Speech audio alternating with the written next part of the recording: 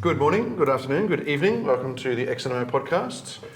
Today we have Wine SONA. So for those who don't know, every February the President of South Africa addresses Parliament and tries to report and discuss all the issues, the grand issues affecting South Africans and how the government of the day is going to solve everyone's problems. Unfortunately, like with a lot of politicians, it tends to include a lot of empty promises and platitudes. In parallel to the President's State of the Nation address, otherwise known as SONA, here at Animo, we decided that the core idea of a SONA address was probably a good one for the wine industry in South Africa. But we're going to try our best to stay out of politics and leave the platitudes at the door. If we do start talking platitudes, I'm sure there will be a platitude alarm going off. We are going to discuss and report and identify the issues of the day in the last year of South African wine. With me to discuss these issues and topics is Christian Eedes, editor at winemakers.co.za. Winemakers.co.za is South Africa's leading online wine publication. They publish daily content ranging from individual wine tastings, category-wide wine reports, opinion pieces, and wine industry news. Christian, it's the fourth time he's been us for Wine SONA. Usually a robust conversation, and occasionally we agree. Welcome, Christian Eedes. Thank you for having me yet again. No, thank you for joining us. 2023 in South African wine. What's your overall arching opinion on 2023 in South African wine? Of course, I think the most significant thing was that something of a return to normal after COVID. We should not forget the huge impact of COVID. Tourism started to return to normal levels, which was great from a turnover point of view. But then, whilst South Africa got on with its business, the rest of the world was going through huge unrest, and I think that massively impacted on the production side, whether you were trying to get capsules or labels or bottles into the country or get your exports out of the country. So specifically the Ukraine war, or yeah, and then most recently Israel, Gaza. I mean, that was, I think, massive. I mean, okay. And how have you seen that manifest itself here? Those issues. As I say, so looking at the positives, we had a huge influx of tourists who came with their foreign currency and were able to take up a lot of our top wines. It did seem that they were escaping the chaos of Europe, especially. Yeah, I think people post-COVID were just desperate to travel again, and for leisure purposes. But then, as I say, the global unrest was not great in terms of the logistics and supply side. Cool. You are the editor of winemag.co.za. Maybe give us an insight of what happened on that site throughout 2023. What were the biggest articles or the biggest pieces that? Okay. I have.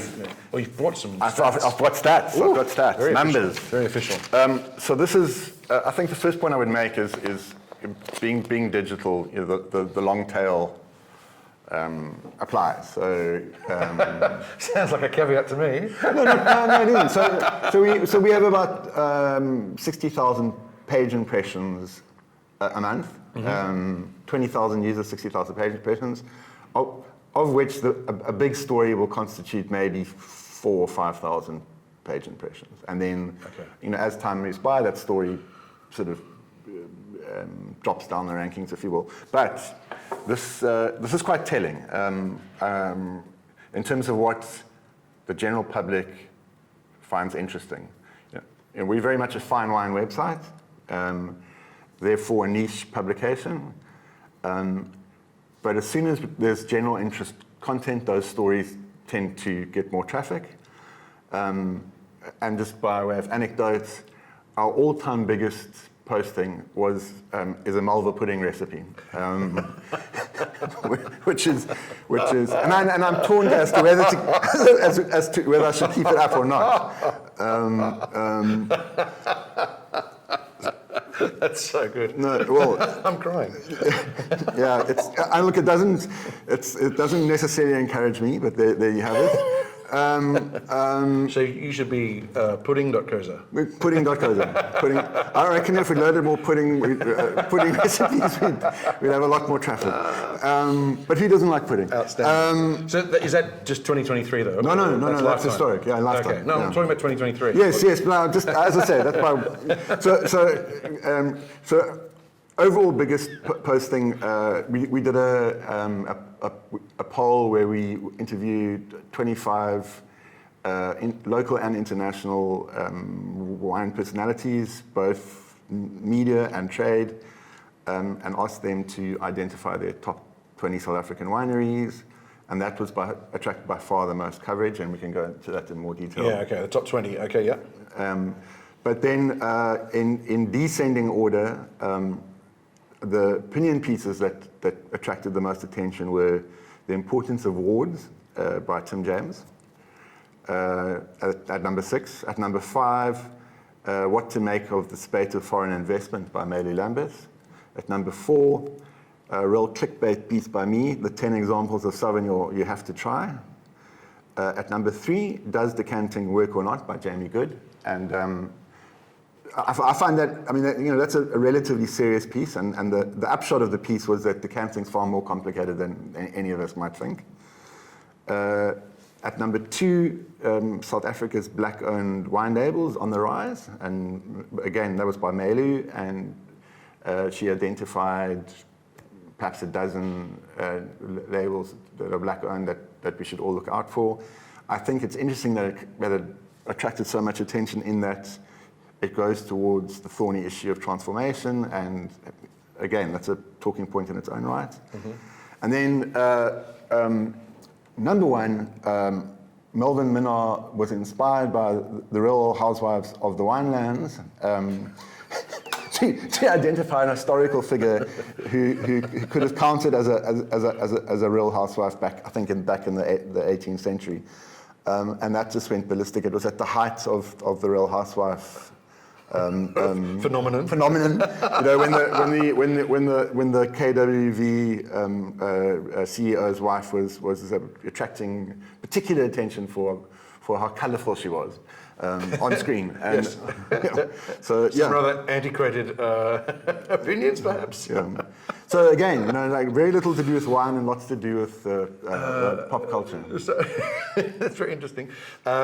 Your paywall, though, would probably prevent some of the more wine-focused stuff appearing there? What's behind the paywall? So this is all sort of opinion pieces. Yeah, there's open. There's a free to view. So exactly, yeah. and that's a fair comment. And so what's behind the paywall are basically the daily reviews as generated by me and the regular category reports. Right. So anything with a score or a rating. Anything that you've tasted a wine you're reporting on. Okay, right. Okay, so the top 20 was not behind the paywall. Top 5 was free to view. Top 20 was behind the paywall. Oh, what was the difference between the top 5 and top 20? So we in terms of generating the list, respondents had to weight their top 5. So their number 1 winery would get a weighting of 5, and their number 5 winery would get a weighting of 1. Okay.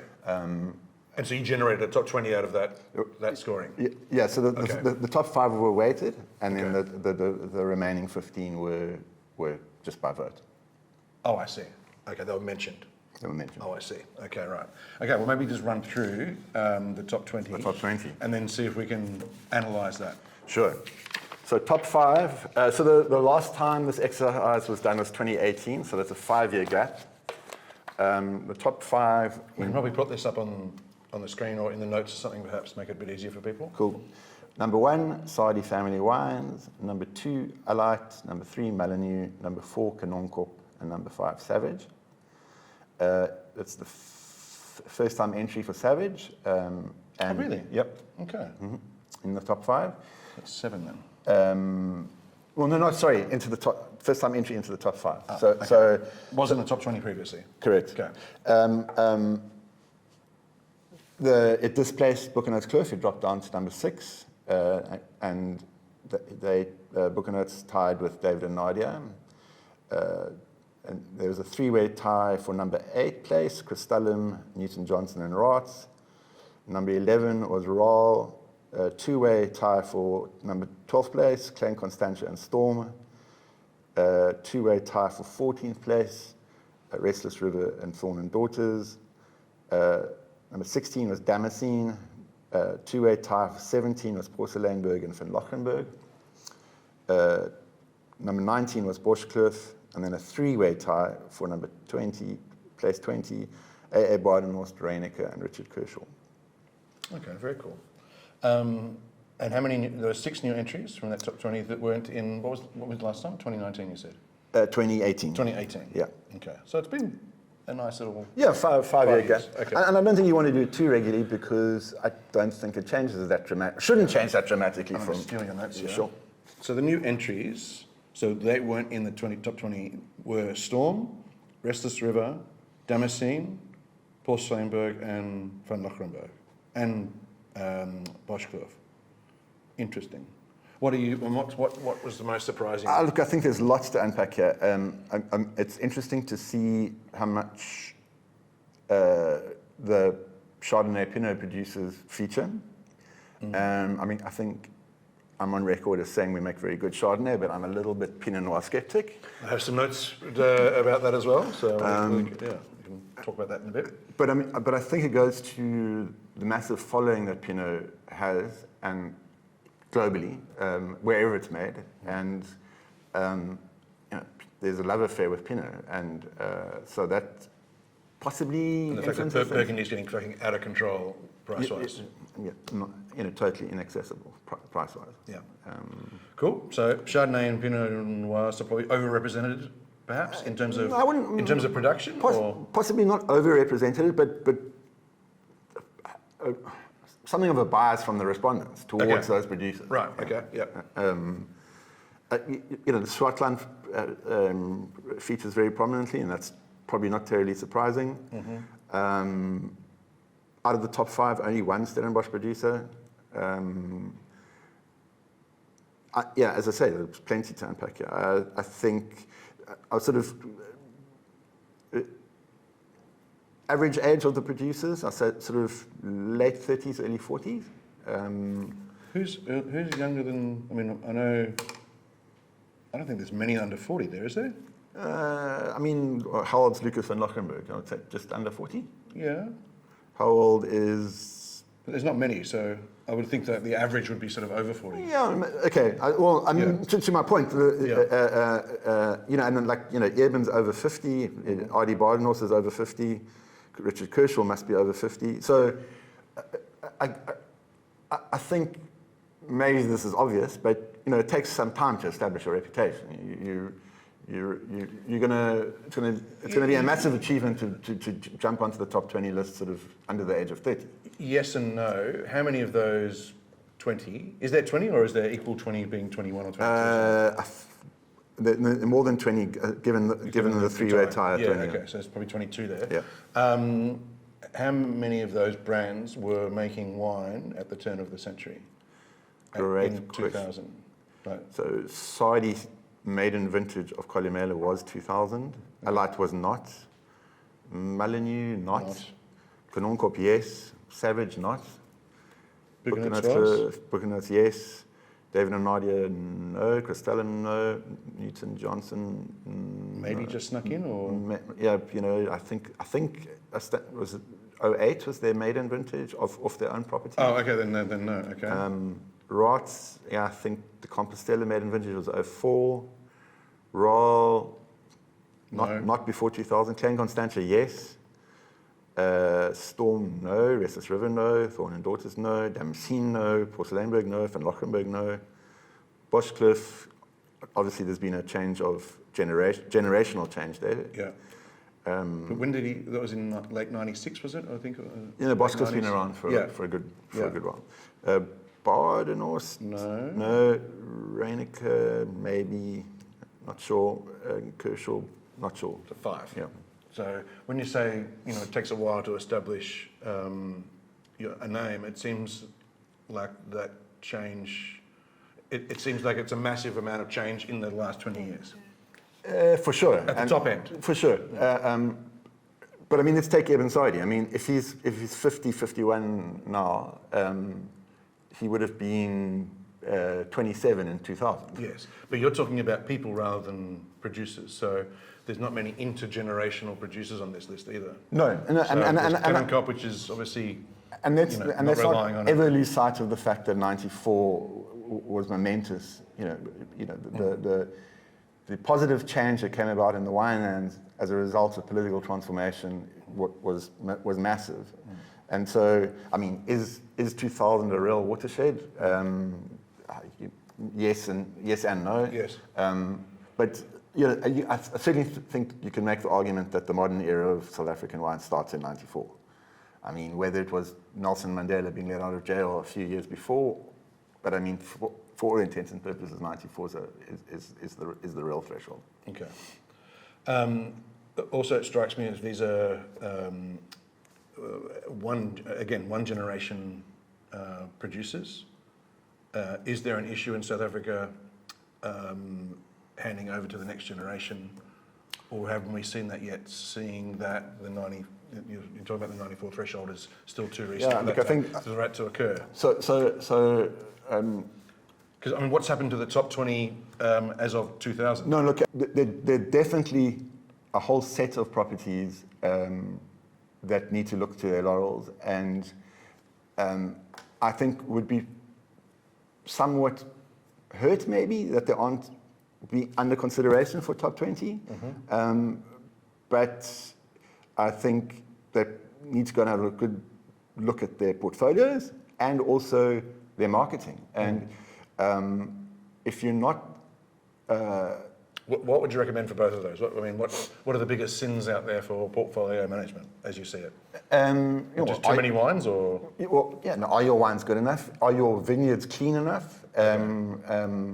I think leaf roll should always be under discussion, and I think there are too many operators who are ignoring the issue or looking past the issue for financial reasons. Replanting a vineyard is not cheap. Yeah. But then also, I think stylistics. What resonates with the market, and sometimes I think there are wines that are just too old-fashioned in style and haven't moved with the times. And then, but that said, I mean, Stellenbosch Cabernet perhaps isn't getting the attention that it's due.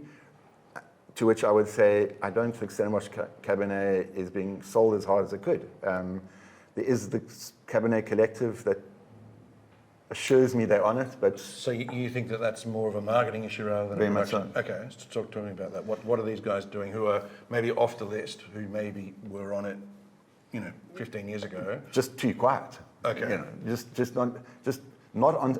And I mean, if you're a first growth, do you have to be on social media? That's a moot point.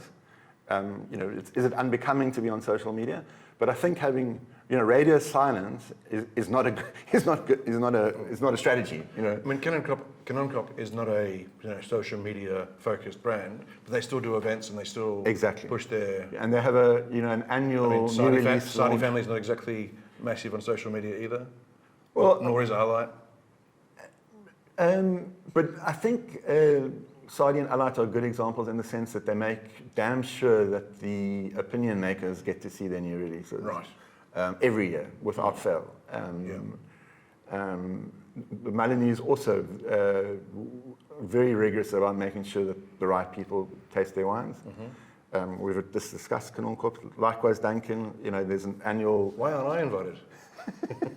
Well, I mean, you're pretty tight with your portfolio, of which there are numerous in Van Lochenberg, Thorn and Daughters, Restless River, all part of the ex-Animo portfolio. So, what surprised me most out of this list, and they're all good names, and you could quibble about, this one's better than that one, and this one goes down 2 spots, whatever, is Porcellainberg having one wine only and being in the top 20, I think that's fascinating for me. Yeah, so that was, on a point of order, was tricky because I deliberately did not steer respondents one way or the other in terms of operators that have multiple brands. So Right. So what was the wording of the question? the wording of the question was, I said that there are going to be instances where you're going to, as an individual respondent, have to decide whether you bundle the brands together or pull them apart. Right. So Rats at number 8, does the Compostela sit under the Rats umbrella, or does it sit next to the Rats portfolio? Yeah. Similarly, Malinieu and Leo Passant. Yes. Similarly, Buchanan's Kloof and Porcellainberg. So respondents, interestingly, Leo Passant. So, just sorry to interrupt. So if you combined the Buchanan's or put in Porcellainberg into Buchanan's, that would be in the top 5 again? Potentially. Okay. But interestingly enough, Leo Passant does, and I think could easily be on this list in terms of the quality of the wine. Just needs to make a Pinot, apparently. I suspect that's probably been raised at that board level. They make a Chard wine, not a Pinot. Maybe because it's bloody difficult to make a good one. Yes. So yeah, it's in. I mean, it was at the discretion of the respondents, and so So it was more what about, did bundle and what didn't get bundled. more about public opinion rather than okay. And it's interesting when you say the Chardonnay and Pinot were showed a bias of the respondents. The top 5 don't make Chardonnay. Nor Fair point. Interesting, isn't it?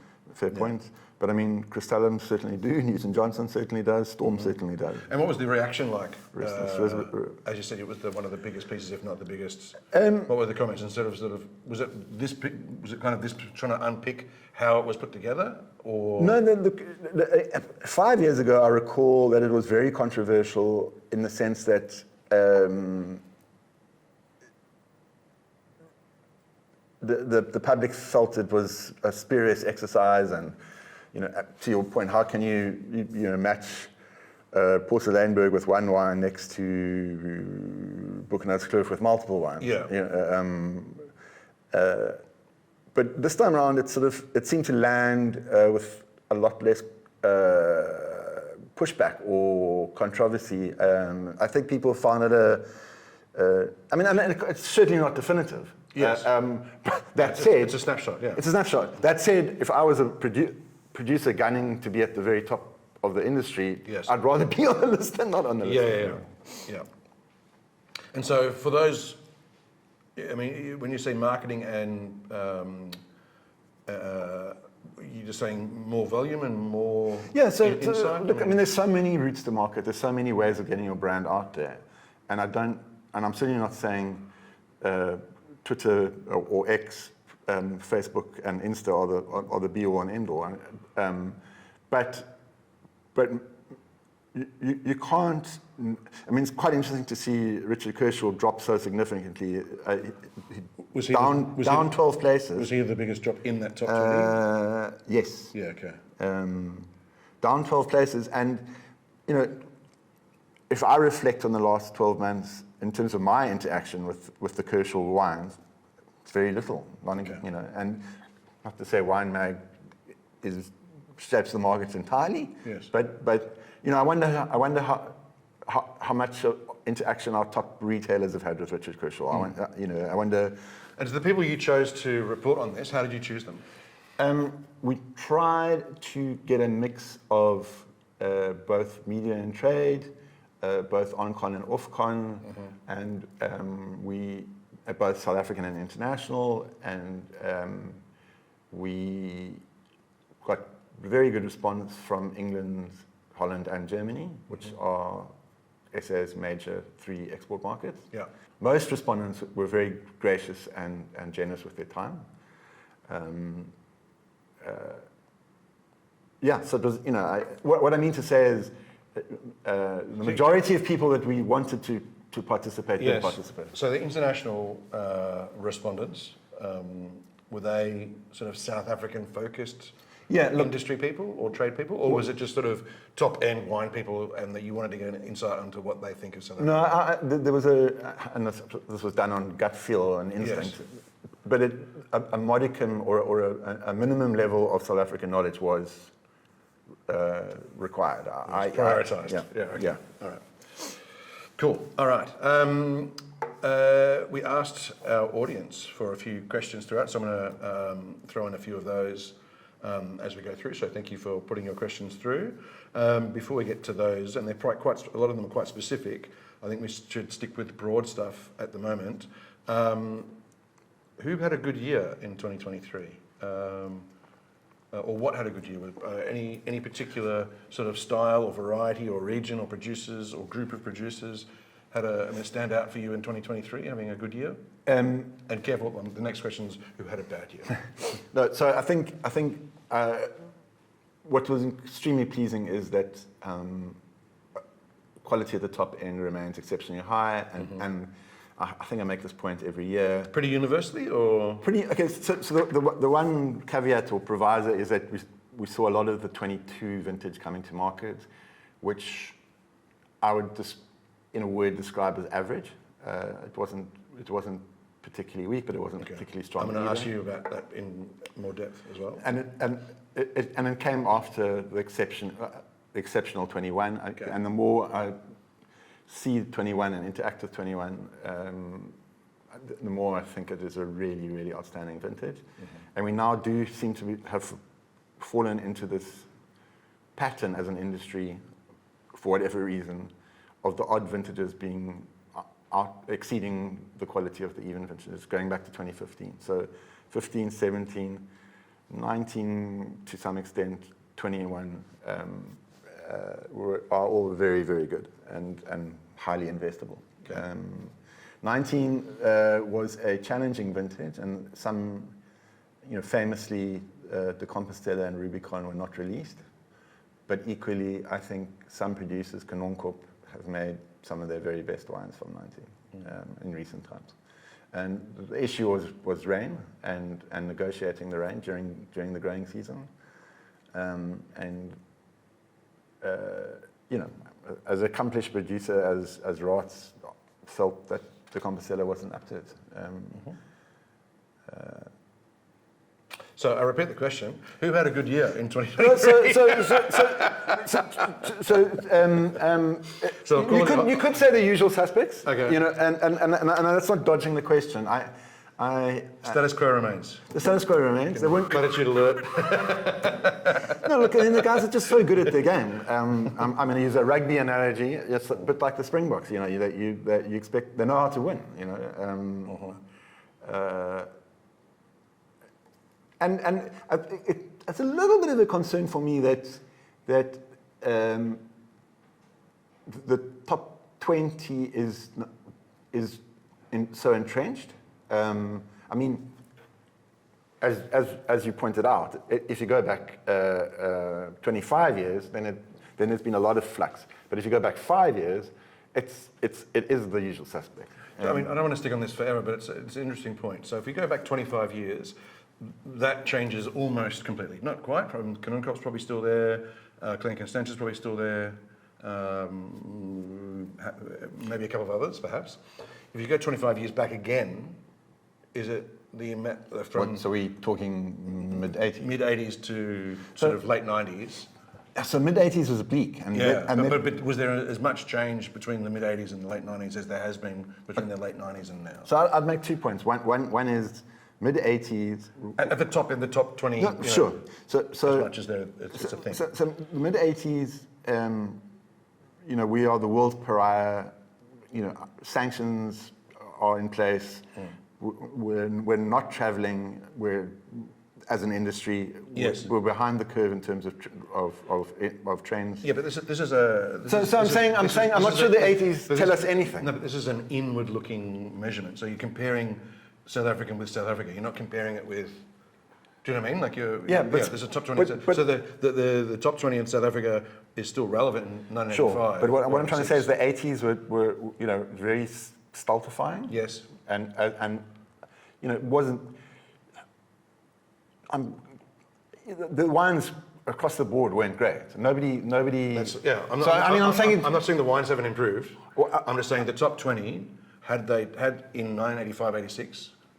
Would have represented a larger percentage of producers. And then the late 1990s, how much of those two lists would be in common? I totally understand your question. I just wanted to. Avoiding answering it. No. I just wanted to sketch the scenario about what applied in the 80s. Yes. Political transformation happens and goes off far less.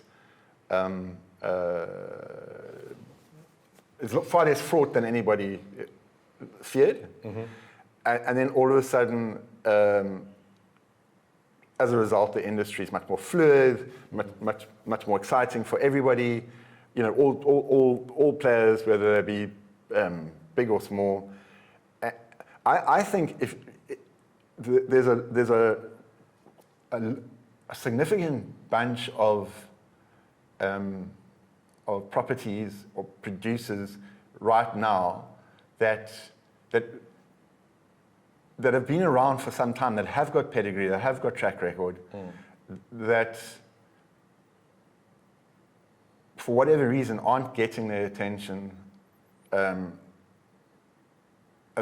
they would like. And as I mentioned, is their portfolio on point? Yes. Are they doing their marketing right? Or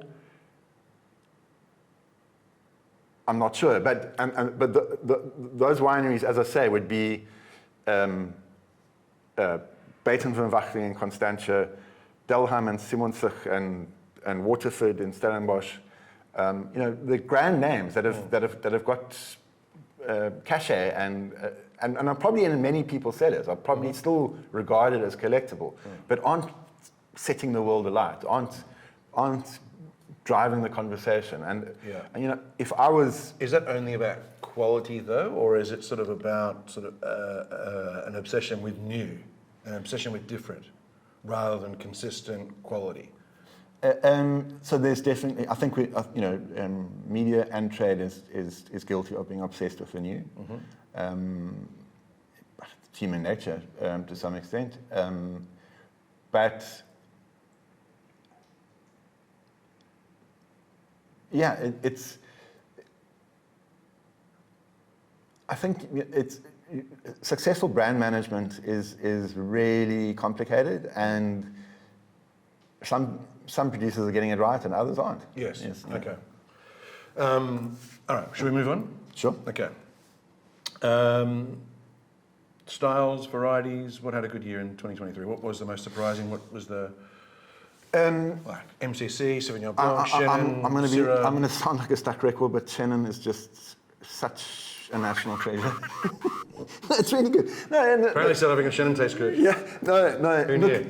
I'm starting to get the question, like, do we make too many Chenins, and how many Chenins should one producer attempt to try and... Yeah. And for me, nobody ever says Burgundy's got too much Chardonnay or Austria's got too much Grüner Veltliner. You stick to your strengths. Germany has too much Riesling. Germany's good. It's fantastic to see, a Certico and all these exotic, unusual varieties going into the ground, but don't ask me how you can sell a Certico when. Yeah, but as you say, 25 years ago, you couldn't sell Chenin either. So these things take time, as you say.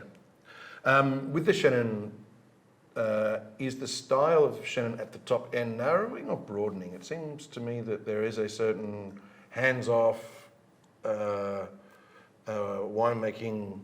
Not hands-off, but non-transformative. Yeah, not too much new oak. This question comes up regularly, and I think. Is that a good thing or a bad thing? Is there enough terroir differentiation in South Africa and climate, and soil type in? So one of Chenin's many strengths is that it seems to work really well across a number of terroirs, from Stellenbosch to Swartland, from warm climate to cool climate. And it's always been said that the very wide range of styles makes it difficult to sell Chenin, in the sense that the consumer doesn't know what he or she's going to get when they pick up a bottle at the supermarket. I would counter that stylistic diversity is, if you view wine as a product of curiosity, you're never going to get bored of Chenin. Whereas Pinotage, which is, you could argue is South Africa. If Chenin is our white variety calling card, then Pinotage is our red variety calling card. I think Pinotage is a little stuck stylistically. Oh, really? Yeah.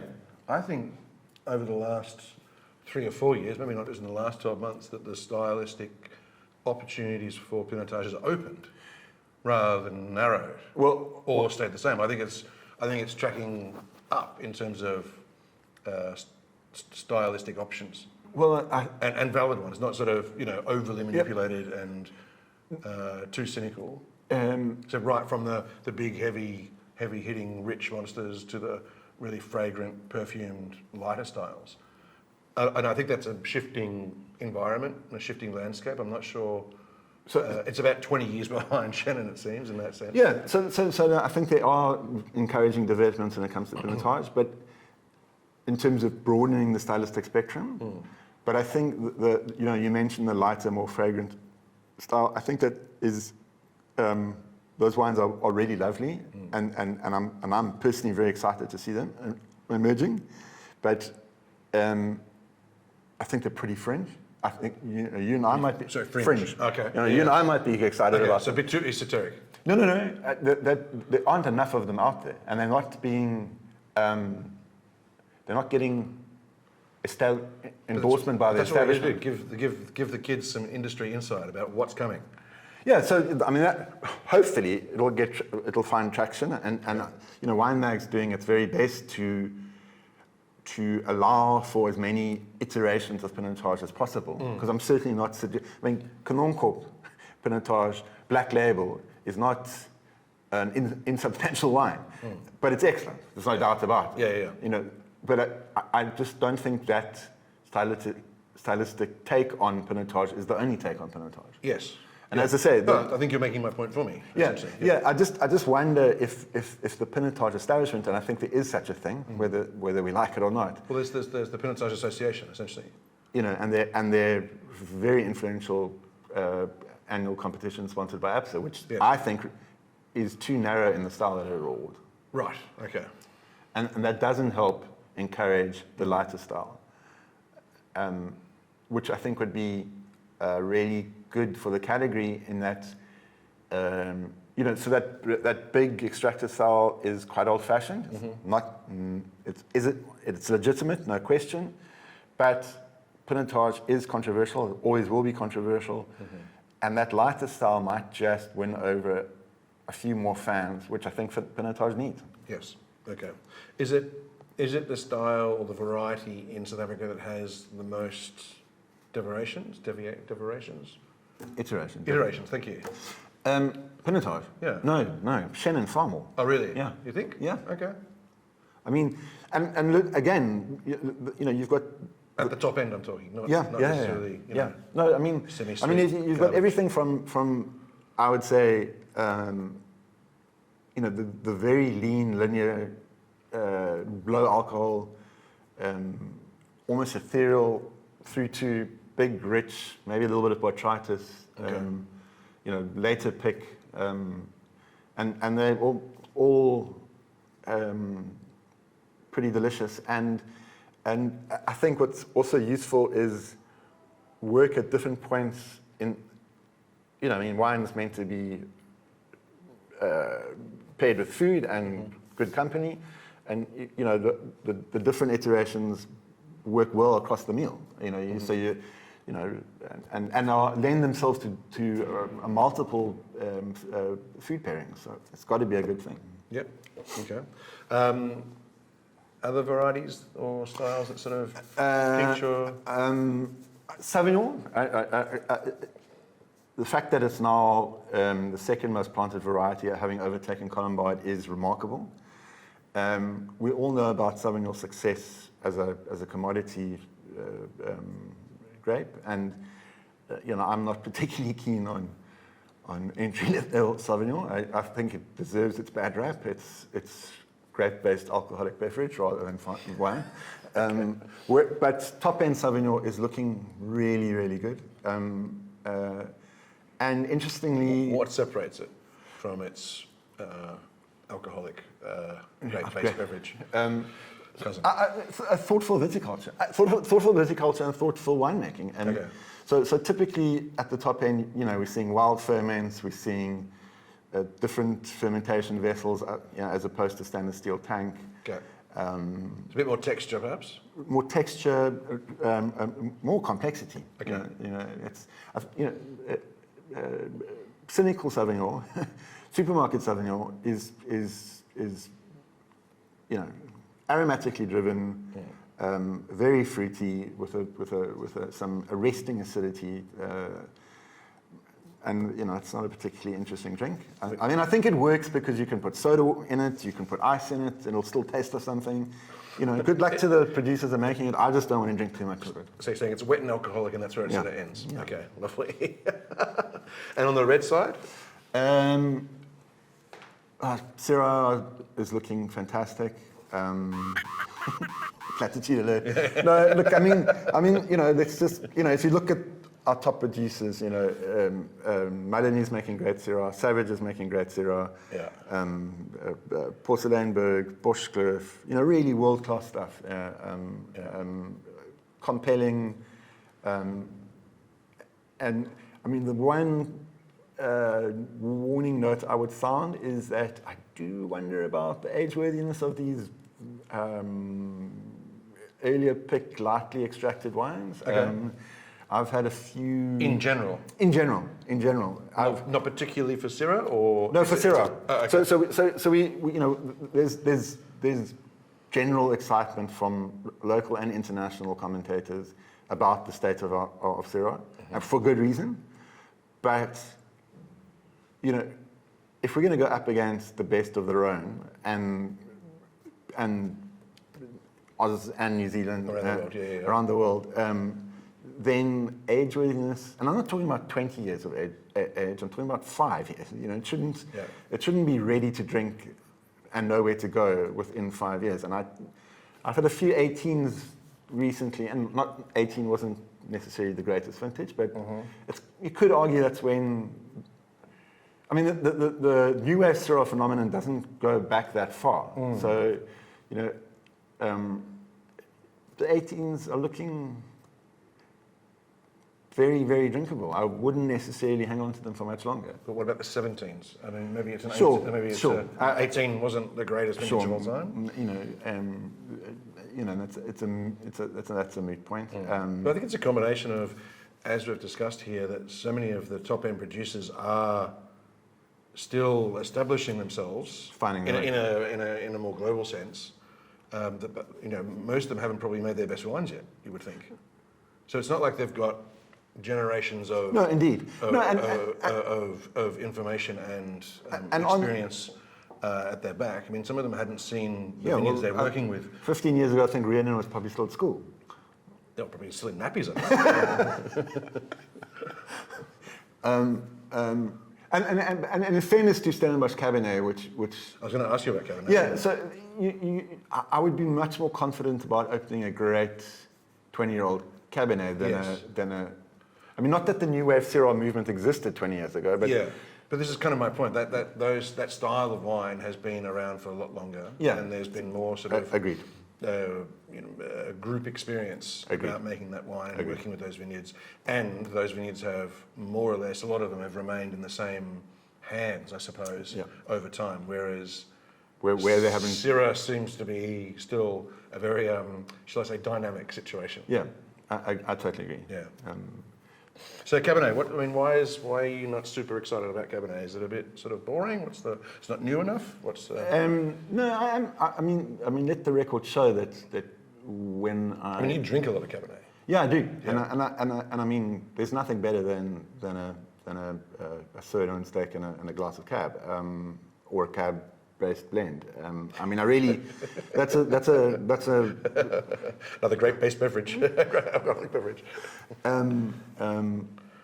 That's something I really enjoyed doing, and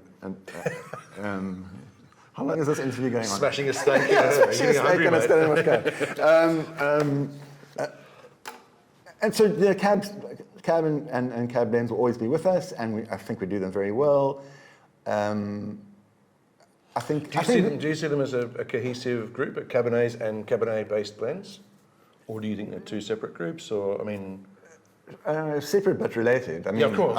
In the sense that Kanonkop does Paul Sour and a really great cab. Rubicon, Milas does Rubicon and a really good cab.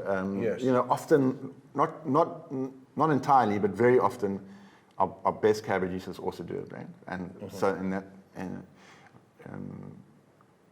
But the reason why I asked is I tend to sort of group them together as not the same, but almost not indistinguishable either, but lacking enough difference to have separate opinions on them. I mean, I would tend to agree. You're saying that they should be seen as well, I think Cabernet companion. Correct.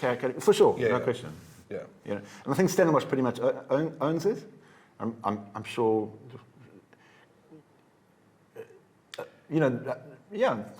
I mean, Constantia. There's some good examples out of Constantia. There's there are exceptions I think there are exceptions that prove the rule. Okay. So is Stellenbosch Cabernet, and we're talking about Cabernet and Cabernet-based blends here, well, just for the sake of clarity, are they at the top of their game?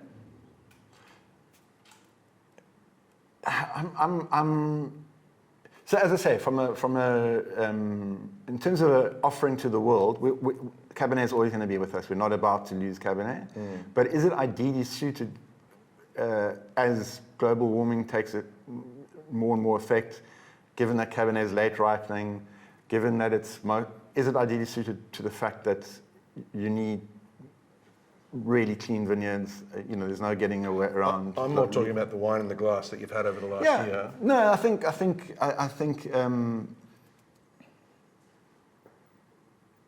it's still a very strong category. I mean, Paul Sour, De Compostela, Le Riche Reserve. I mean, you're still looking forward to the releases of those yes, wines very every much year. So. And also, from a producer perspective, they demand a premium. I mean, the consumers are prepared to pay for them. So, far more so than Syrah. Okay. Okay. Well, let's go on the other side of the coin here. What needs help? What styles or what varieties or regions or? So just sticking on cab for the moment, I think the pyrazine issue remains.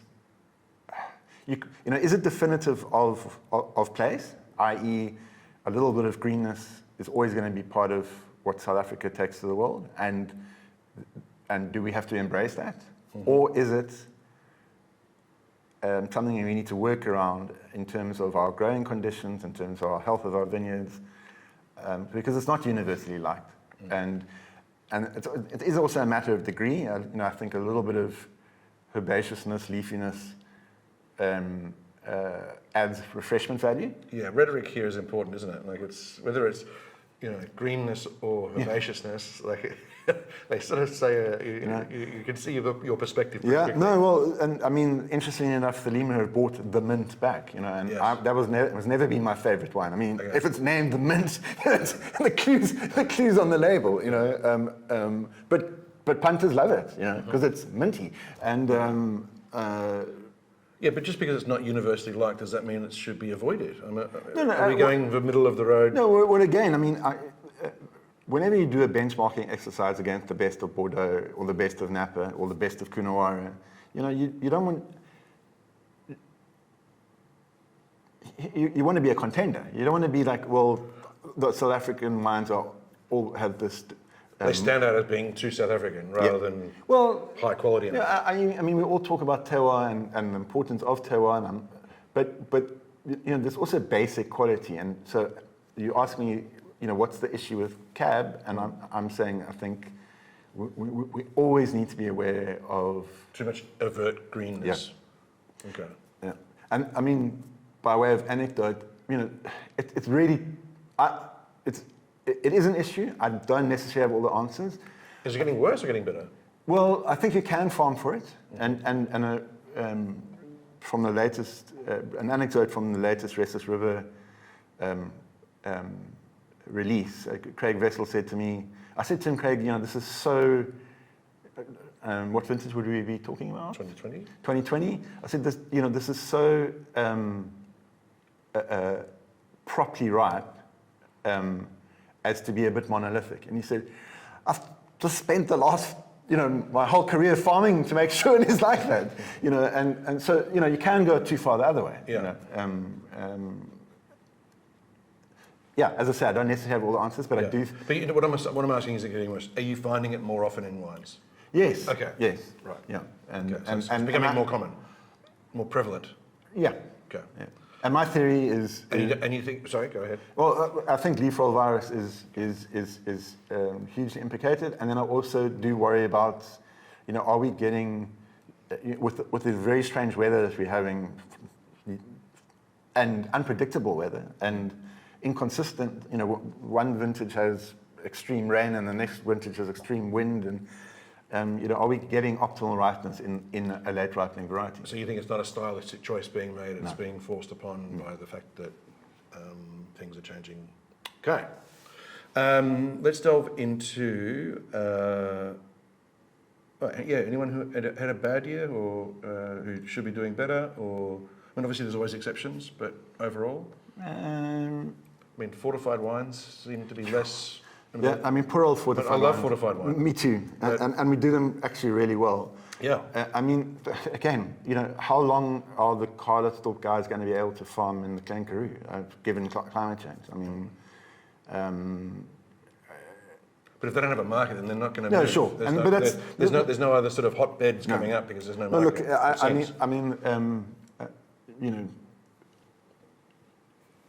the lack of market for fortifieds is well documented.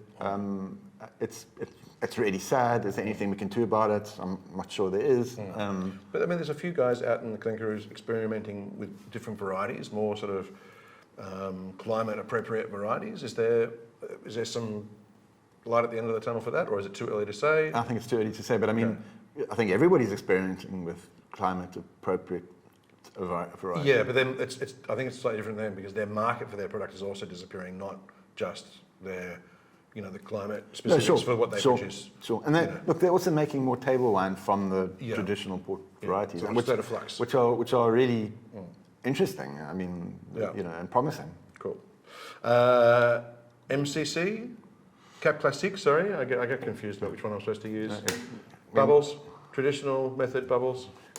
Traditional bottle fermented sparkling wine. This bottle. No, so I think the top end of the market, of the category is very good. Mm-hmm. But then I think the quality quickly falls off. Yeah. Okay. Just a bit of a gap between the top and the the challenges. I think it's an easy sell because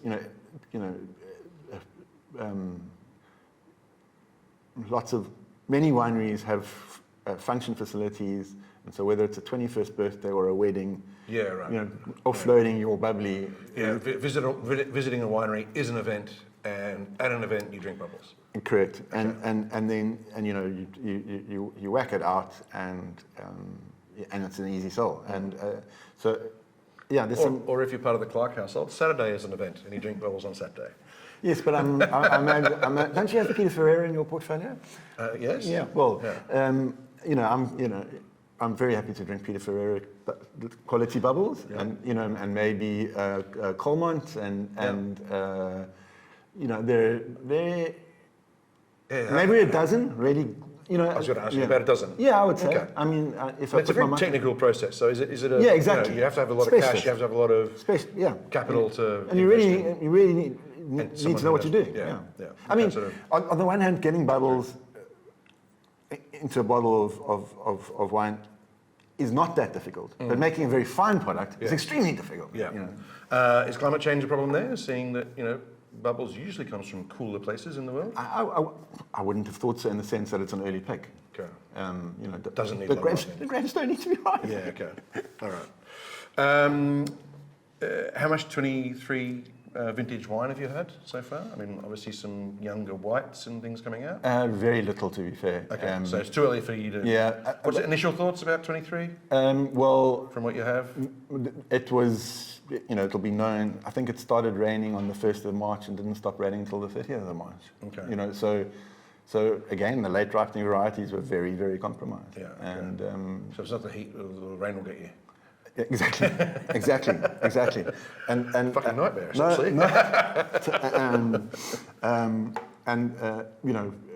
I heard yesterday that Thai Bush have already declassified their 23 because they feel it's subpar.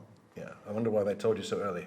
2022, how much, you've pretty much drank a lot of 2020. I'm going backwards in vintage, just getting an update on what your thoughts are. Yeah, so 22 because these things sometimes develop as, the longer alivaged wines appear on the market. So 22, as I said earlier, can be classified very broadly as an average vintage, not particularly strong or particularly weak. Universally, sort of within regions with that whites, reds, everything. And I always, with the proviso that generalizing about so many regions that are so widely dispersed isn't always that helpful. What happened in Constantia doesn't necessarily bear any relation to what happened in Robertson. Yeah. The Cinso in the Swartland and the Semillon in Ila might have had quite separate experiences of harvest, of ripening and harvest. But on the whole, I think 22, some very smart wines. I, when it comes to the Swartland, there were heat waves, some significant heat waves, which I think affected acidities, especially on the whites. Yeah. And it's a low acid year, wasn't it? Yeah. Essentially. Yeah. And you either producers either had to make peace with the acid or had to pick a little earlier and had to read the vintage. And it'll be interesting to see how those wines look. With a bit of age. Okay. Yeah. 21. I mean, you've already said it. That 21. So 21 was a bit later generally, and I think. So are your thoughts on 22 still evolving as you still get more wines coming through, or are you? No, I like it. And when I say, average is sort of damning it with fan praise. It's not a spectacular vintage, but it certainly ain't a poor vintage. 21, on the other hand, I think is shaping up incredibly well. As I said, was generally a bit later, and I think that was a good thing. And the 21s are just looking so harmonious and poised and balanced and age-worthy. And nice acidities too. Yeah, which is it's a challenge in South Africa. The reason why we talk about acidity so much is because it's usually the hardest thing to get naturally. So buy, essentially, if people want to invest. Go hard. 21's an invest. Yeah. Go hard. Whites, reds, everything. Pretty much. Go. 2020. Again, it's somewhat like 22 in the sense that nothing very remarkable happening from a climate or a weather point of view. I find the wines very immediately accessible. Okay. Sort of open, fruity. Yeah. And they, very pleasurable, but not necessarily. Buy to drink rather than buy to sell. Yeah, correct. Yeah. Okay. And 2019, you already said it was like a wettish. Yeah. So if you did that affect the reds more than the whites? Certainly Stellenbosch reds. I mean, it was also the first vintage post the drought, so the lead up was good. There we had proper rain during winter, but the growing season was challenging. And as I say, if the guys who got it right seem to have made some very, very elegant wines. Would be the defining. Yeah. I like lower alcohols. Yeah, I like 19s. Yeah. Probably for the same reason you're not a huge fan of them. I find them more elegant and more less muscular. I like them. And that obviously is a wetter vintage. You don't get as high ripeness.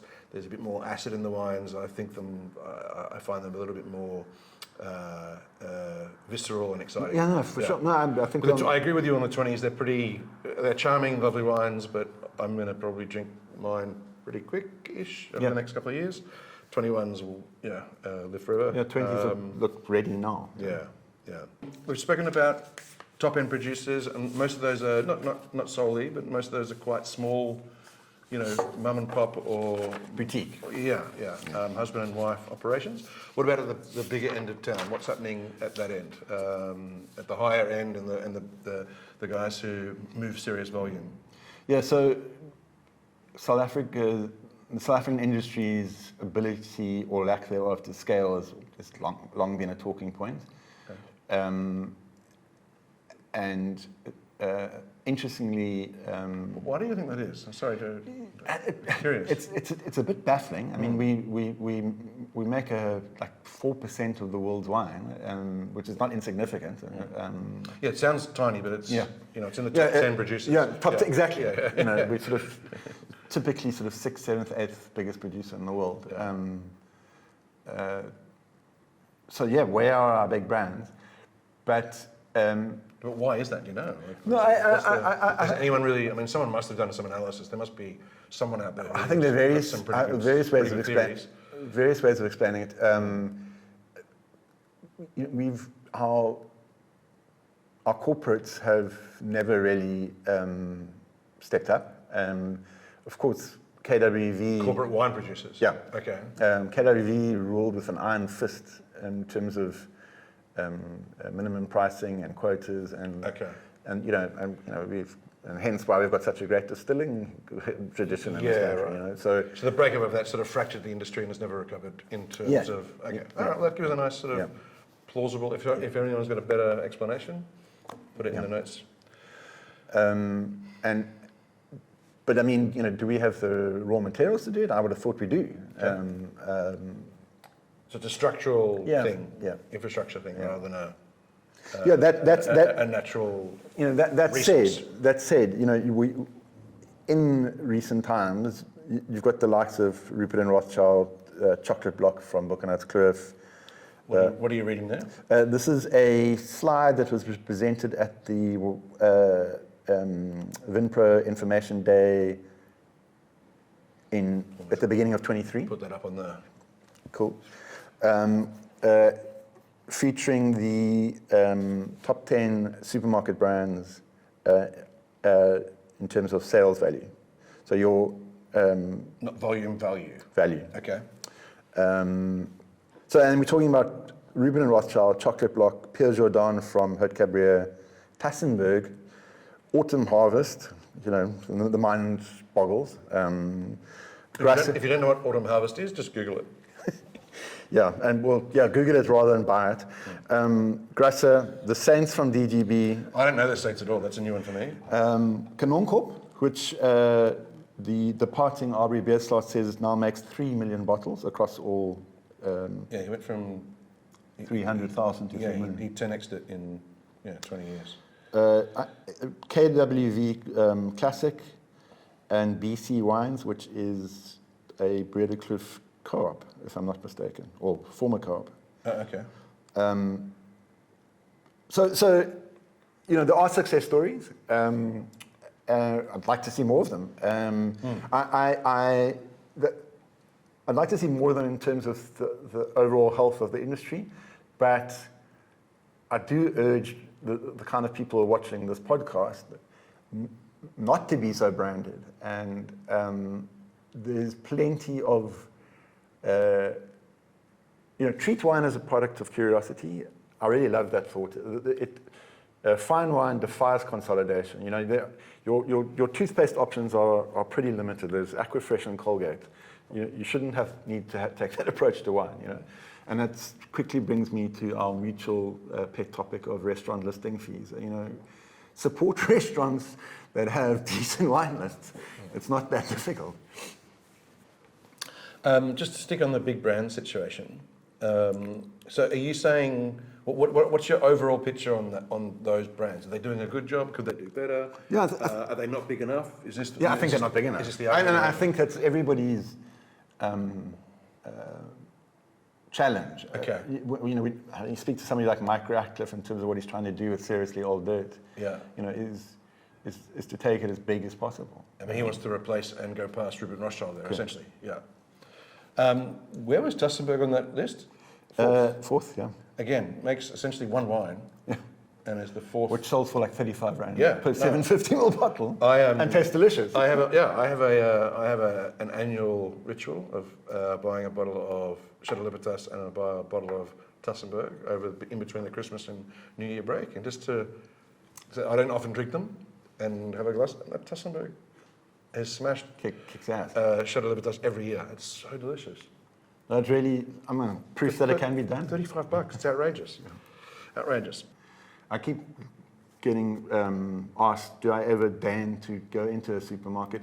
And Yes, that's one of the questions actually. And do you ever just drink normal wine? yeah, well, so the answer is yes, I do actually, and I think Tassies. I don't drink that much Tassies, but I'm also very fond of it. Yeah.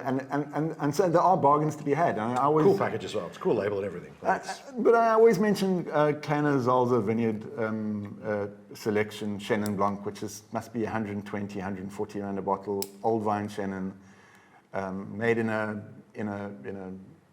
made to have broad popular appeal, but really delicious. Yeah. Wolf Trap White is always a great. Wolf Trap White. Unbelievable. For the price. Yeah. Yeah. And it's an interesting blend. Yeah. It's Chenin Viognier Grenache Blanc. I mean, It's just delicious. Delicious. I don't give a fuck what's in it. So there are really good mass market wines, but not that much to write about. I mean, they're refreshing. They're well made. They're technically correct. It's very little story. Yeah, it's the reason why there's not a lot of good news stories on the evening news, because no one watches that. No, I mean, you're in the business of eyeballs, aren't you? No, and anecdotally, the 2-litre bag-in-box that Woolworths introduced, was a phenomenal success because Mrs. Housewife, and yes, most supermarket shoppers are female, as I understand, could, along with all her grocery shopping, could just, whack a 2-litre box into the trolley. But again, that's great if you're a wine marketer for a big corporate, but it's not what I want to write about. It's not what my readers want to read about. And I'm also not about to tell the supermarket wine buyers how to do their job. So, it is what it is. I think direct to consumer, in terms of the wines that we're interested in, i.e. Smaller volume, high end, D2C is really interesting. I think there are, for a long time there have been too many links in the supply chain, and without necessarily adding any value apart from being a link. Well, and I mean, so traditionally you got expert advice, from your retailer. I think the internet's removed that need. You can get expert advice. So you don't want your retailer to have someone with well, wine knowledge working there? No, I'm not saying that at all. I mean, good luck to those retailers, and some of them are jolly good friends. Some of my best friends are retailers. They're going to have to think really hard how they do add value. Because at the moment, all they're doing is taking a sliver of the margin out. Yeah, but it's also it's a bit of a bespoke selection. So we've you can be guaranteed. Yes, but that's. But I mean, why shouldn't I just buy direct from Animo? Why shouldn't I just buy direct from the producer? Why do they? Well, that's what I'm asking. I mean, this is where it's going. Yeah, well, it's clear that it's going. Yeah, but is that a good thing or a bad thing, or is it you're dispassionate about it? I'm dispassionate about it, and I also just think that the market will speak. I mean, it's everybody taking their cut along the way just doesn't make any sense. Given that we've got an industry that, in macro terms, is struggling, the supply chain needs to be rationalized. Yeah, I just think it's the evolution of South African wine in terms of production has far outpaced its consumption. So people are still drinking like it's 2005, but with 2024 production levels and production styles.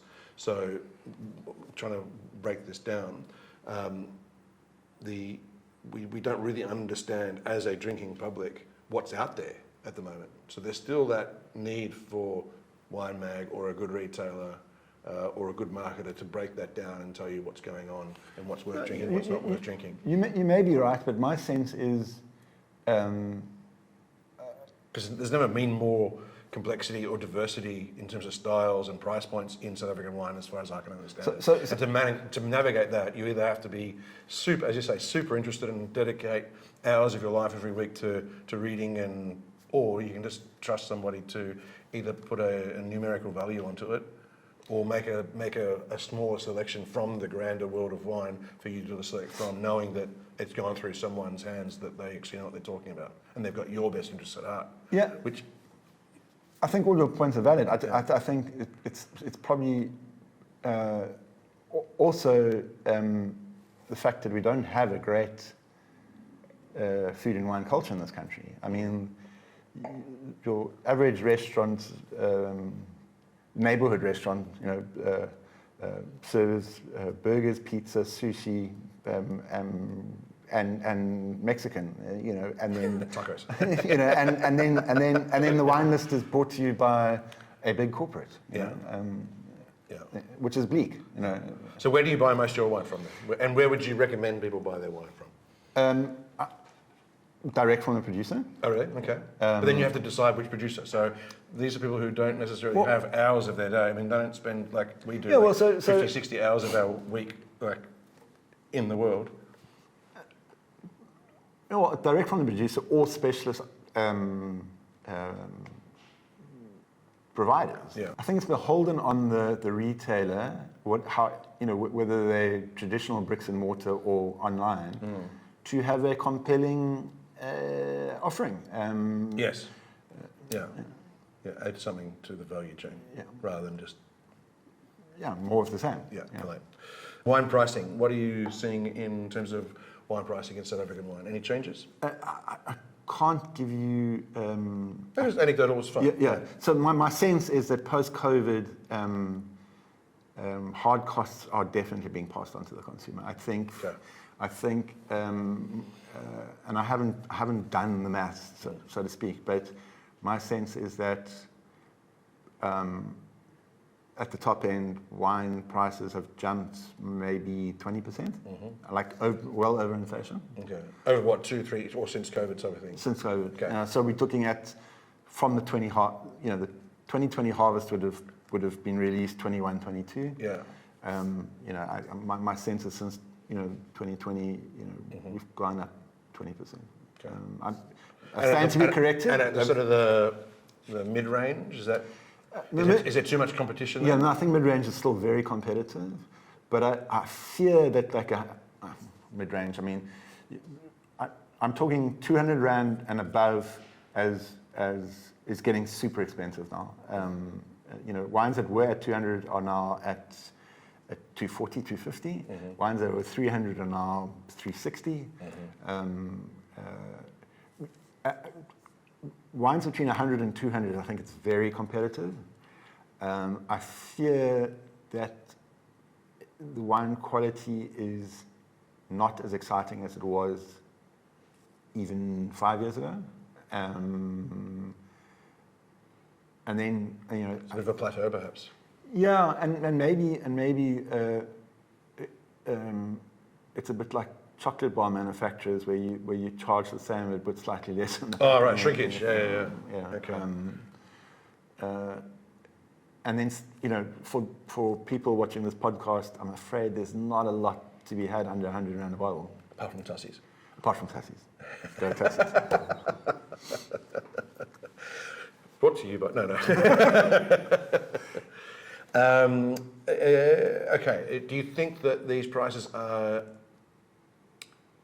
you mentioned the costs. Do you think they're only cost related, or is there demand here as well? Certainly at the top end. I mean, at the very top end, there's demand. Because you can't, if there's no demand, you can't just increase price. No, and there's, I think, increasing international demand, and so if you can sell your wine for 40 or 50 pounds in London, why would you sell it for 300 rand in Cape Town? Yeah. Okay. South African wine commentary, of which you're a major part.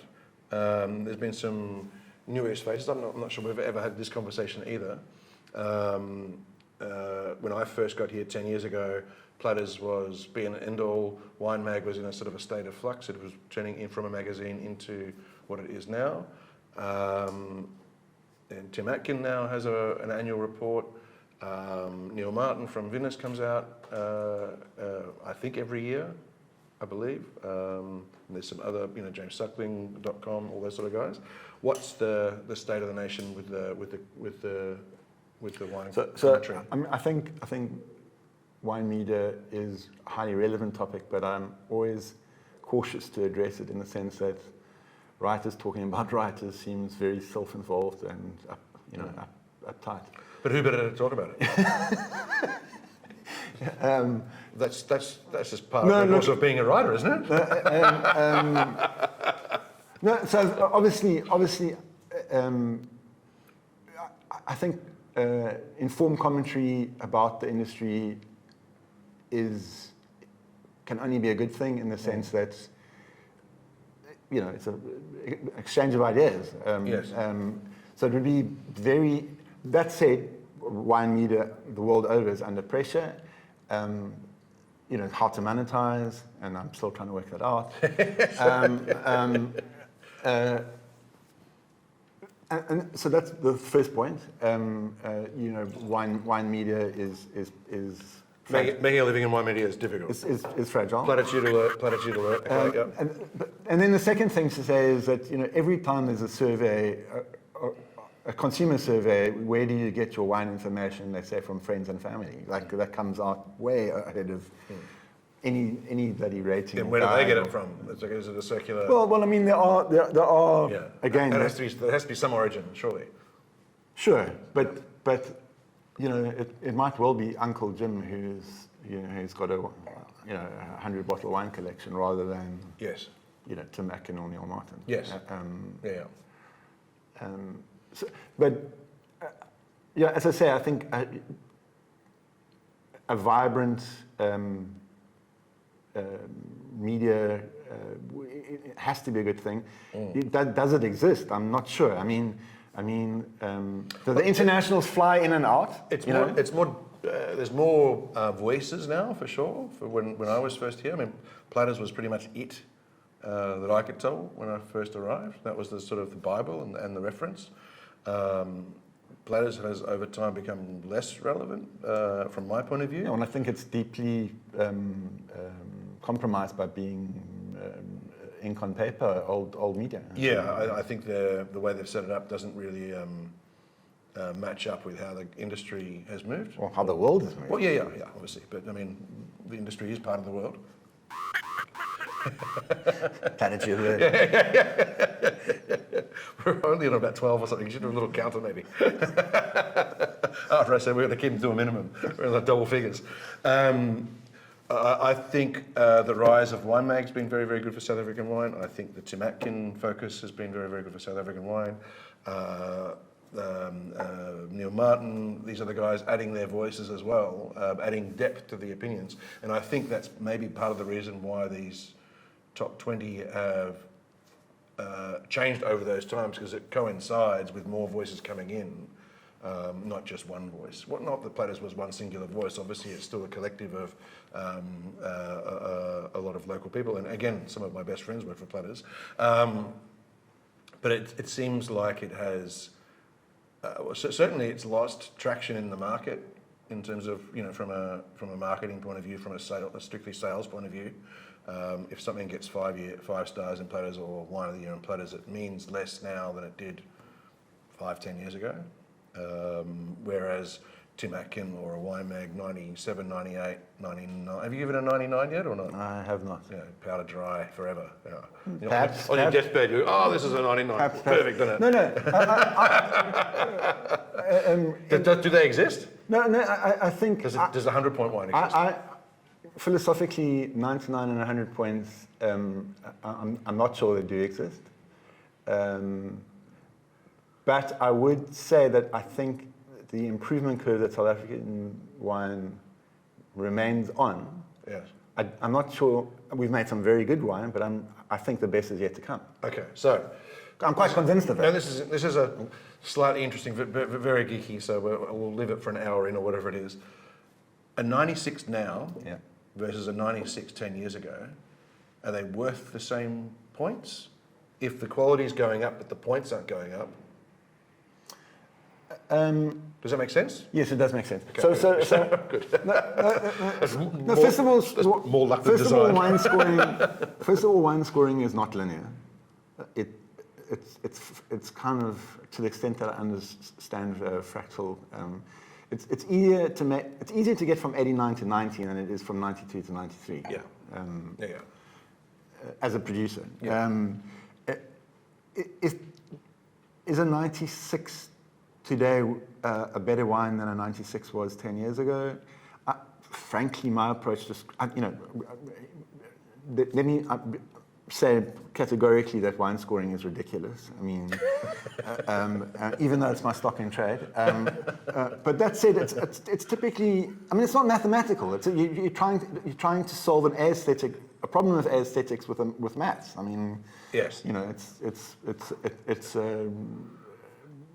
okay, it's absurd from the outset. Okay. Philosophically, if you say that quality's on the up, but your scores aren't on the up, like your max scores,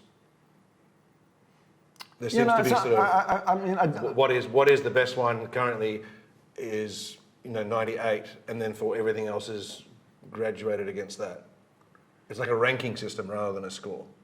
Yeah, look, but back when we all used the 20-point system, nobody ever gave over 18. No, I'm not. So score inflation is part of it. You're making a different argument. No, it's not scientific. Yeah, but it seems to me that it's a ranking rather than you think 98's where it sort of stops at the moment for South African wine, and then you go backwards from there. Essentially, the top 1% will be 98, 97. The top 5% might be 96. And why have I never given a 99 or 100? Because like the greatest wine drinking moments of my life have typically been French or Italian.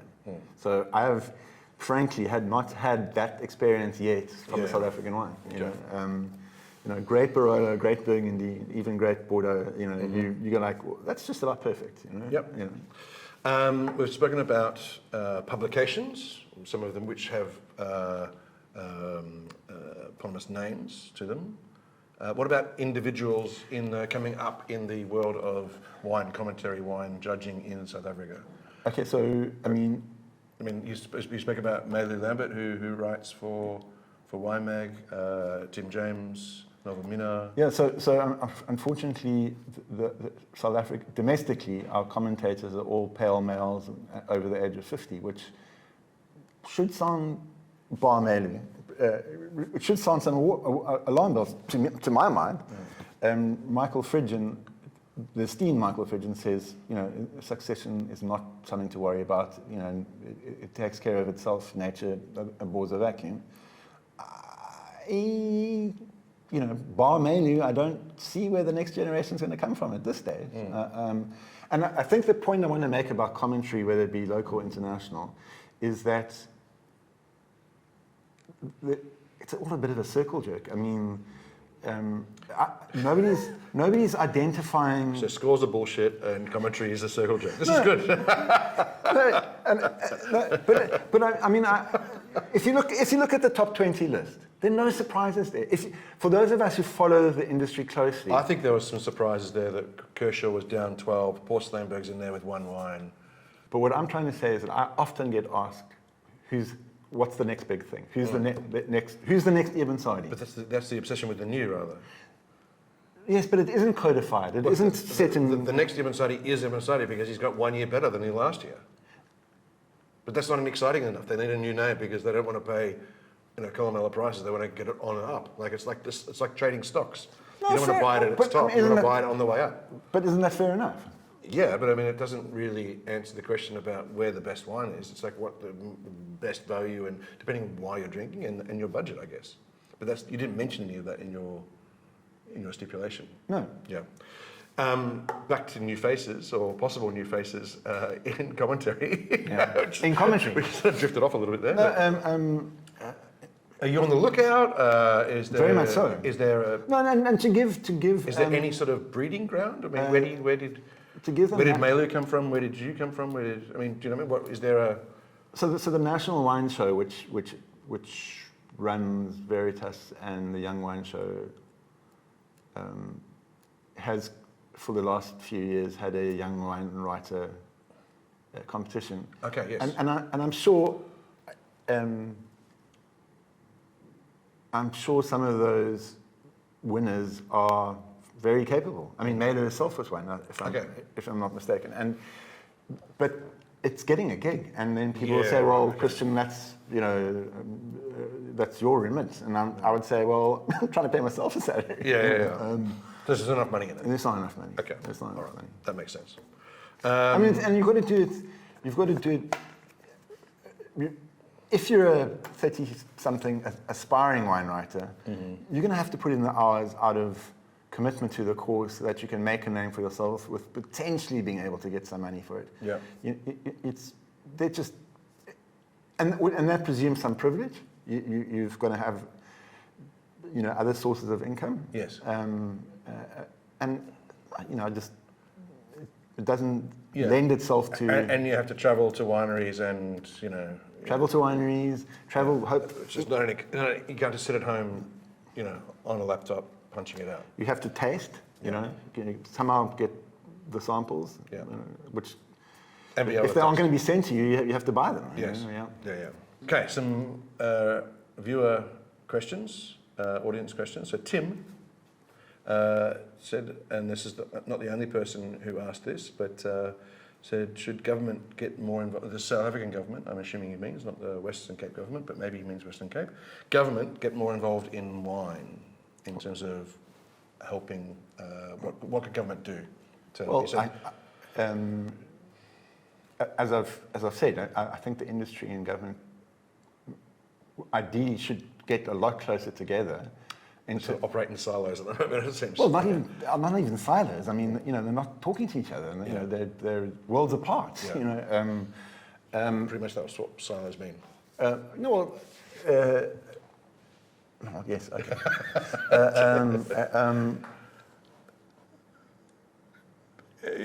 But you said that you weren't a fan of the government, the ANC. Do you really want them involved in wine? No, so I don't want them involved in ESCOM either, but they seem to have fucked that up totally. So maybe just leave wine alone, guys. I don't know. I'm not sure. Just big presumption. Yeah. Presuming a competent, functioning government. Ah, right. Okay. A little bit of government investment. I mean, what's the Aussie? Government matches industry investment dollar for dollar. Yeah, but the ANC isn't in charge in Australia. Just saying. Well, yeah, but we have to deal in realities. I mean, there's an idea of government, and then there's the actual South African government. But in answer to Tim's question, yes, in an ideal world, presuming a competent government, of course government should be more involved. Yeah, but that's presuming a competent government. Yeah, okay. Navina asks about zero or low alcohol wines. Okay, so in terms of maybe being forced to by health reasons, or you just don't want to drink that much, or you have to drive home, etc., or you have to go back to work. What's your experience on those? Is there anything to be said for those? I think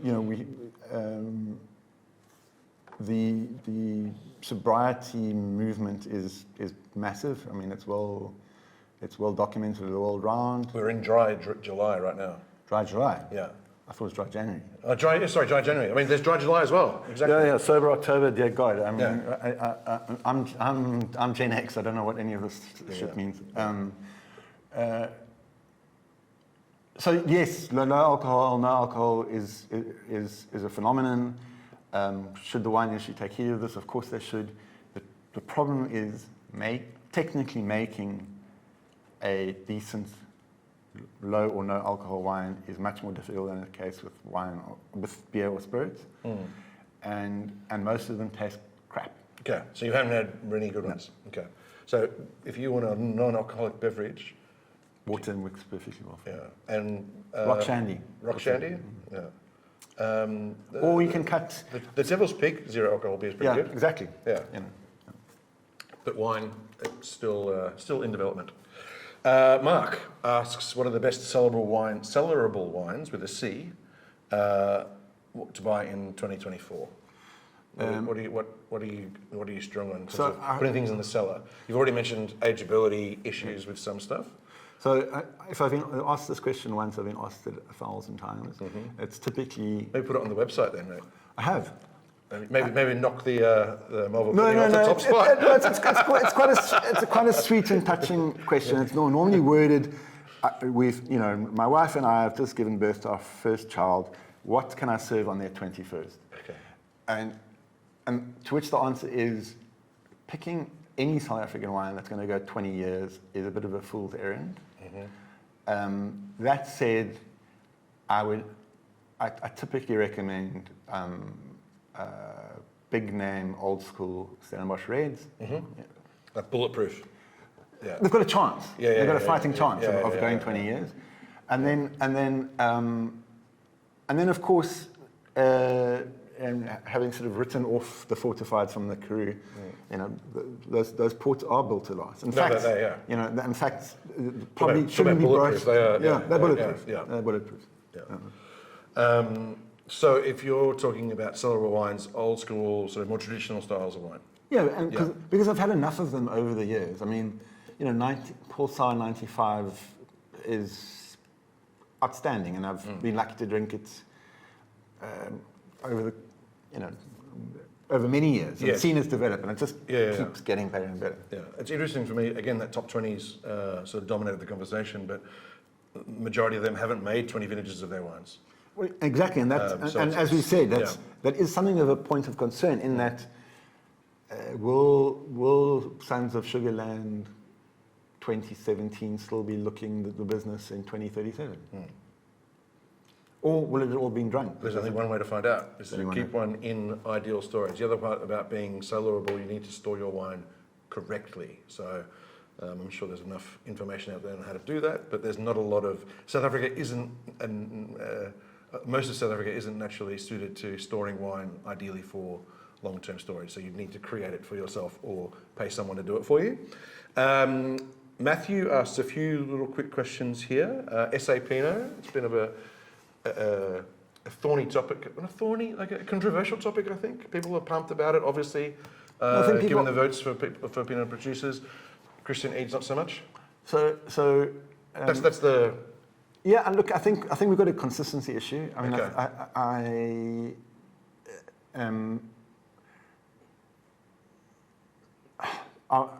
when the likes of Castellum and Storm get it right, I think we can start having a conversation about being a world contender. But whether it's due to vintage variation or just the varieties appropriateness to this climate. It seems to be very up and down, very inconsistent. So the good wines are great, but the bad wines are not so really great. And expensive. And expensive. And my joke is the shit ones cost just as much as the great ones. Pinot tax, because it's so fashionable. You can whack another. And if you want light red, there's Grenache and Cinsault, and the Grenache and Cinsaults will be going for 300, 400 rand a bottle, and the Pinot goes for 800 rand a bottle, and that's just it's madness. On potential, okay. Pinot tax. What are you drinking at home? What are your favourite wines at home, if you're paying for them, like not to... Okay, so styles, producers, you can be specific or as broad as you like. This may surprise people, or maybe not. Tassenberg. No, I don't drink that much Tassie. Probably a bottle a year, like you. But I'm always happy to surprise how good it is. White blends. Okay. Both Savsem and I mean, wines that I put my hand in my pocket for are Chenin Best and Savsem white blends. I think they are just extraordinary. I think we do them so well. Very niche. I mean, Savsem in particular, apparently impossible to sell, but I do my bit. Yeah, right. And on the red side, what is your go-to? Cabernet? Surprise, surprise, Syrah. No, Syrah. Syrah. Oh, okay. Yeah. All right. But not those light, funky ones that they're going to die No, in 4 years in the bottle. No. Well, I'm guilty. Sons of Sugarland doesn't last long in our house. You know. Yeah. I'm never going to know how whether it can last 20 years because it lasts about 3 days. Yeah. How long will it last? 18 minutes. Thoughts on closures? DM versus natural cork versus screw cap. This is all from Matthew. Still, it's a perennial topic, isn't it? And I don't know what the answer is. Has anything changed for you in the last? Have you seen one above the other, or over time? Do you think? Are you more comfortable with DM and screw cap than you were, or? I don't think there is a perfect closure. On one level, I think they've all got their issues. Natural cork, obviously TCA, which I'm afraid to say is still prevalent. Maybe not as bad as it was 10 or 15 or 20 years ago, but it's still there. Certainly not eradicated. Certainly not eradicated. Yeah.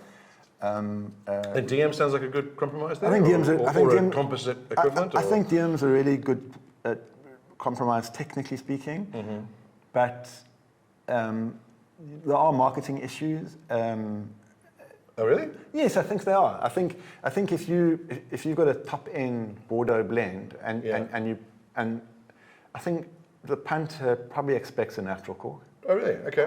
Would be my instinct. Right. Okay. Rightly or wrongly. Yeah. I think from my point of view, and it's only sort of in a point of view, I've got no stats or that is disappearing. The natural cork versus a screw cap, yes. I mean, it was some time ago, but maybe 5 years. And Paul Kluwer told me how he'd taken his estate Chardonnay. Yeah, but this is not the State of the Nation address from 5 years ago. This is the State of the Nation address now. Everything I'm told by producers is that consumers at that top end at the time want natural cork. Okay. And screw cap, are you happy with screw cap? So the issue with screw cap for me is reduction. And okay. And is that a winemaking thing then? Yeah. Well, I mean, screw cap apologists say it's not the closure's fault, it's the winemaker's fault. And I don't know about that. I think, I mean, certainly at bottling, it's easy to oversulfur, but my experience of wines under screw cap, they either don't develop, and I'm too old to take a 50-year view. They develop too slowly. They develop too slowly. Okay. And then also sometimes get stuck to use a highly technical term, and then just don't go anywhere. And so what are you actually paying for then? Yeah. Okay, right. Better on whites than reds, I'm assuming then, or screw cap? Are you more tolerant of them so on whites? So if I was making an aromatic white, like a mid-range Sauvignon Blanc or a Gewürztraminer or a Riesling, I would definitely use screw cap. Okay. But not so much on Stellenbosch Cabernet. No. Okay. Biodynamics and regenerative agriculture. It's interesting that he doesn't mention organics there, just a bit of buzzword vibes. Are you finding that in the industry more prevalent? Do you see a difference in quality in the wines? Yeah, look, it's definitely a growing trend. Our top producers are fully embracing it, and I think for good reason. I think one of the key reasons is, cover crops and mulching are a very useful way of keeping water in the soil, and as water becomes a more scarce resource, that's one very simple, obvious reason to do it. But I just think it makes for happier soils and therefore happier vines all around. I mean, and I think you can see it in the wines. So you're thinking of contributing to higher wine quality? Yeah. Good. That was the question. Thanks. Great. Roy and Sasha actually mentioned climate change. Are we seeing that change, the change in the climate in the glass yet in South African wine? Has it made its way into wine styles or wine quality? Or is that still a bit far off? Yeah, look, I mean, this is totally my impression rather than scientific, but I had this conversation with Rosa Kruger, of all people. Well, I actually asked her why she thought this might be the case. But during the drought, the a lot of the old vine Chennons, the flavor profile shifted from white and green fruit to much more yellow fruit.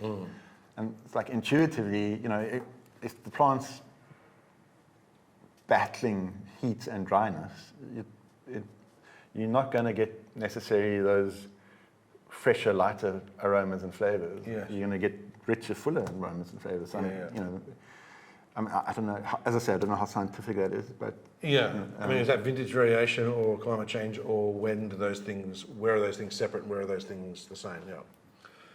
So yes. Yeah. Are we seeing it in the glass? I think. Yes, I think we are. Harvest seems to be getting earlier. Yeah, harvest seems to be getting earlier.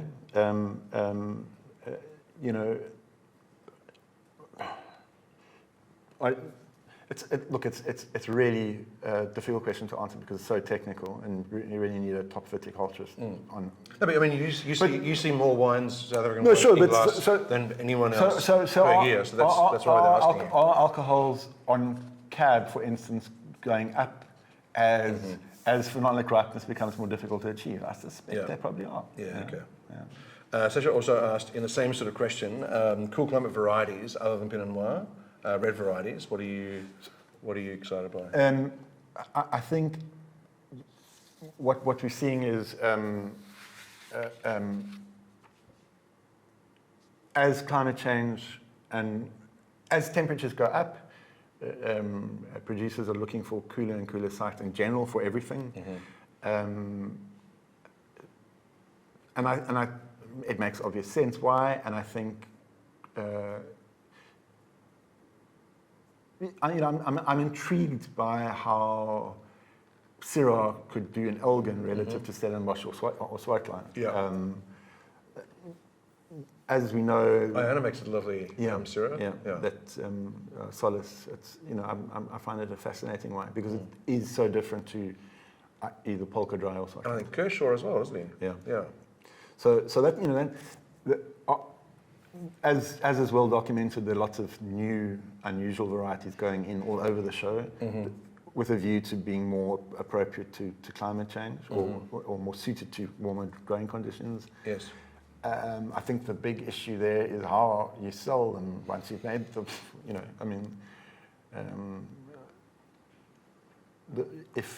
If consumers are sort of struggling with Semillon, it might be quite difficult to sell a Certico. Yeah, possibly, depending on whose name's on the label. Make Malinu very big and a Certico very small. And a couple of people asked, Mornay included, a couple of people declined to leave their name. The foreign ownership, perceived ownership in the winelands in South Africa seems to be on the increase. Is that perceived or is that fact? And is it a good thing? Is it a bad thing? Are we worried about it? Are we pleased about it? Well, so there is a sort of faction that sort of suggests that that the industry is busy selling off its birthright, and we're being recolonized, and I just think that's very small-minded and backward thinking. Okay. I think we should really celebrate foreign direct investment. At a time when South Africa is, politics are so uncertain. I think these investors typically bring expertise as well, which can only be good for the industry. The one caution I would sound is, I think a lot of this foreign investment is, to use a Michael Fridgen term, that the world views South African wine industry as their discount monkey, so they can get. Okay. No, so there's a lot to unpack there, but okay. So they can get really good fruits at still really cheap price. Whatever level of the market they're hitting, which is kind of depressing. Our labour costs are low. I'm sure they'd all deny it, but when you see the big French corporates coming in, of course they've got an agenda. Okay. What do they add to what do they bring? I mean, cash. Cash. Obviously. Yeah. No. So, but if it's all sort of steered out of the country, is that a bad thing? no. Or Look, I do you mean, think you know, they're replanting hundreds of hectares of clean vineyards and that we're not clean. that weren't clean. Yeah. You know, and they're coming out like the South Africans simply didn't have the wherewithal to tackle the issue. And you know, as soon as you're paying in euros, it's a little bit more achievable. a little bit more achievable. Yeah, okay.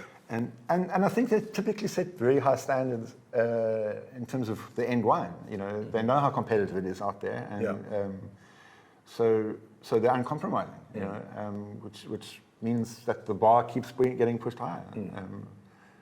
And I mean, a shout out to DGB, who seems to have,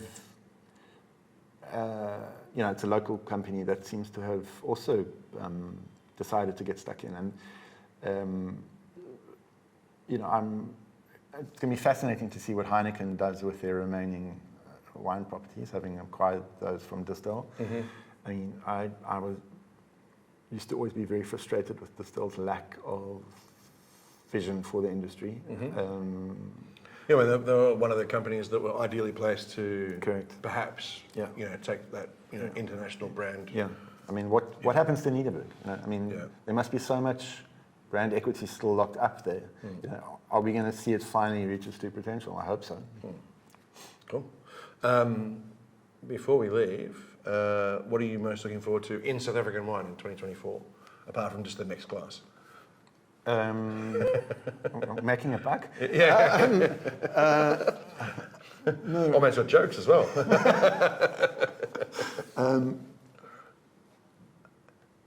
Without sounding cute, more of the same. I mean, it's just, Yeah. it's just.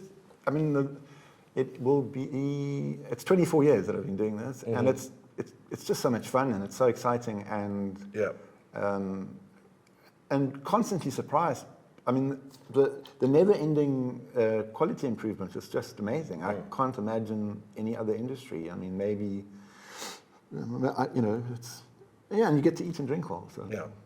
And if you could sort of snap your fingers and change one thing about the industry this year that is kind of achievable, like not, you know, doubling production or something like that, but maybe something that's been frustrating you that, you know, it's on the cusp. I mean, is it that sort of Nederburg takes the next step and takes the baton and runs with it, or what is there something that would please you more than apart from making money?